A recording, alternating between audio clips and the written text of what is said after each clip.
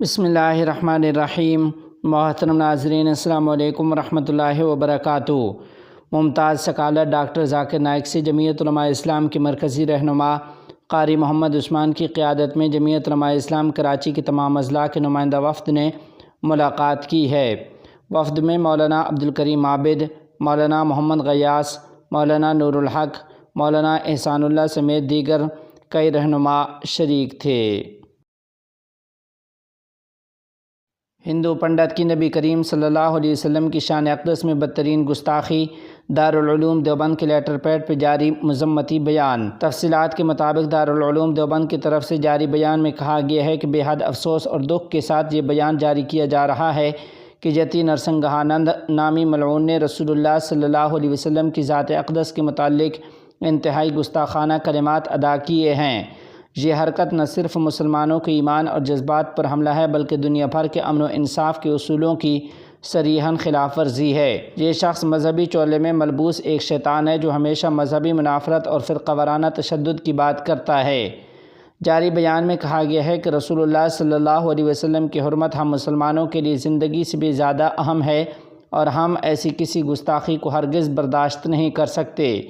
اس مذموم حرکت کے خلاف سخت ترین الفاظ میں مذمت کی جاتی ہے اور قانون نافذ کرنے والے اداروں سے مطالبہ کیا جاتا ہے کہ اس پر فوری اور سخت کارروائی کرتے ہوئے اس ملعون شخص کو قانون کے مطابق کڑی سزا دیں تاکہ آئندہ کسی کو اسلام اور اس کی مقدس شخصیات کے خلاف زبان درازی کی جرأت نہ ہو۔ دارالعلوم دیوبند کے لیٹر پیڈ پہ جاری بیان میں کہا گیا ہے کہ ہم حکومت سے پرزور اپیل کرتے ہیں کہ اس مسئلے کو سنجیدگی سے لیا جائے اور ایسے قانون نافذ کیے جائیں جس کے تحت رسول اللہ صلی اللہ علیہ وسلم یا کسی بھی مذہبی پیشوا کی شان میں گستاخی کرنے والوں کو عبرتناک سزا دی جائے۔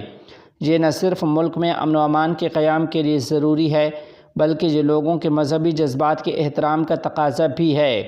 ہم تمام مسلمان بھائیوں سے اپیل کرتے ہیں کہ اس معاملے میں صبر اور حکمت کا مظاہرہ کریں اور قانونی طریقے سے اس شرپسند کے خلاف اپنی آواز بلند کریں تاکہ انصاف مل سکے اور فتنہ پرور عناصر کو مناسب سبق دیا جائے۔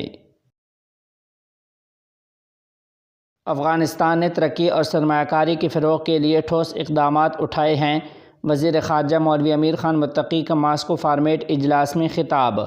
تفصیلات کے مطابق افغان وزیر خارجہ مولوی امیر خان متقی نے چھٹے ماسکو فارمیٹ اجلاس میں خطاب کرتے ہوئے کہا ہے کہ امارت اسلامیہ افغانستان کے دور حکومت میں افغانستان میں ترقی، اقتصادی ترقی اور سرمایہ کاری کے فروغ کے لیے ٹھوس اقدامات اٹھائے گئے ہیں۔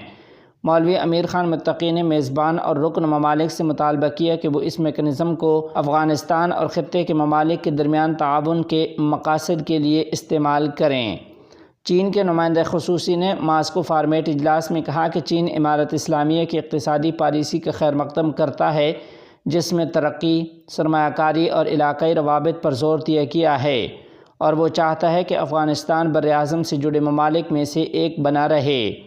روس کے وزیر خارجہ نے ماسکو فارمیٹ اجلاس میں خطاب کرتے ہوئے کہا کہ روس افغانستان کے ساتھ سیاسی اور اقتصادی شعبوں میں اپنے تعلقات کو وسعت دینا چاہتا ہے۔ روس کے وزیر خارجہ نے سیکورٹی خطرات اور منشیات کے خلاف افغان حکومت کے مؤثر اقدامات کو سراہتے ہوئے کہا کہ روسی کمپنیاں افغانستان میں زراعت، کان کنی اور ٹرانسپورٹ کے شعبوں میں سرمایہ کاری کے لیے تیار ہیں۔ محترم ناظرین و سامعین، اسی کے ضمن میں آپ کو خبر دیتے چلیں کہ چھٹے ماسکو فارمیٹ اجلاس کے موقع پر وزیر خارجہ افغانستان مولوی امیر خان متقی نے روسی وزیر خارجہ سے ملاقات بھی کی ہے اور ان سے دونوں ممالک کے درمیان دو طرفہ سیاسی و اقتصادی تعلقات اور علاقائی امور پر تبادلہ خیال کیا۔ مولوی امیر خان متقی نے افغانستان اور خطے کے ممالک کے درمیان سیاسی اور اقتصادی پیش رفت کا تذکرہ کرتے ہوئے امید ظاہر کی ہے کہ اس سے سفارتی تعلقات کی سطح بڑھے گی۔ روسی وزیر خارجہ نے افغانستان کے ساتھ سیاسی اور اقتصادی شعبوں میں روس کے تعلقات کو فروغ دینے پر زور دیا اور مزید کہا کہ روسی کمپنیاں افغانستان میں زراعت، کان کنی اور ٹرانسپورٹ کے شعبوں میں سرمایہ کاری کرنے میں دلچسپی رکھتے ہیں۔